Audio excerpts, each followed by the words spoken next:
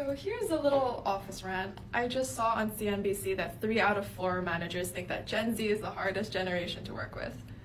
What do I think about it?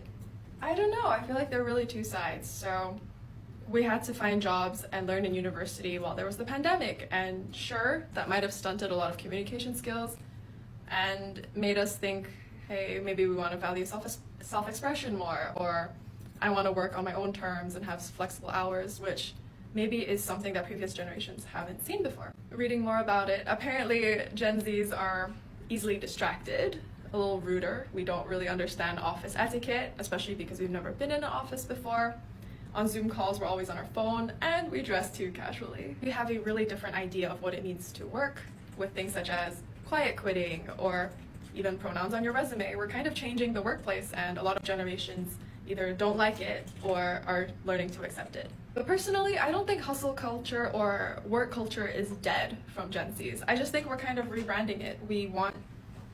Because we've experienced stuff like the pandemic, we now want to pursue jobs that make us feel fulfilled. Like, I hear all the time from my parents, it's so much harder to save up money and get a house now, and therefore we need to work harder. It's a lot harder to stand out in a generation that already stands out, and therefore we have to do things like side hustles. I read somewhere, maybe I'll find it, that 48% of Gen Zs have side hustles to save money and learn new things, and we're kind of going more into passion projects rather than throwing all of our hearts into work, and I think that's also something that's amazing. So really both sides of the story. This is just my work break and I felt like ranting, so there you go. What do you guys think about Gen Z, workplace things, hustle culture? If we're horrible at work, I don't know, let me know.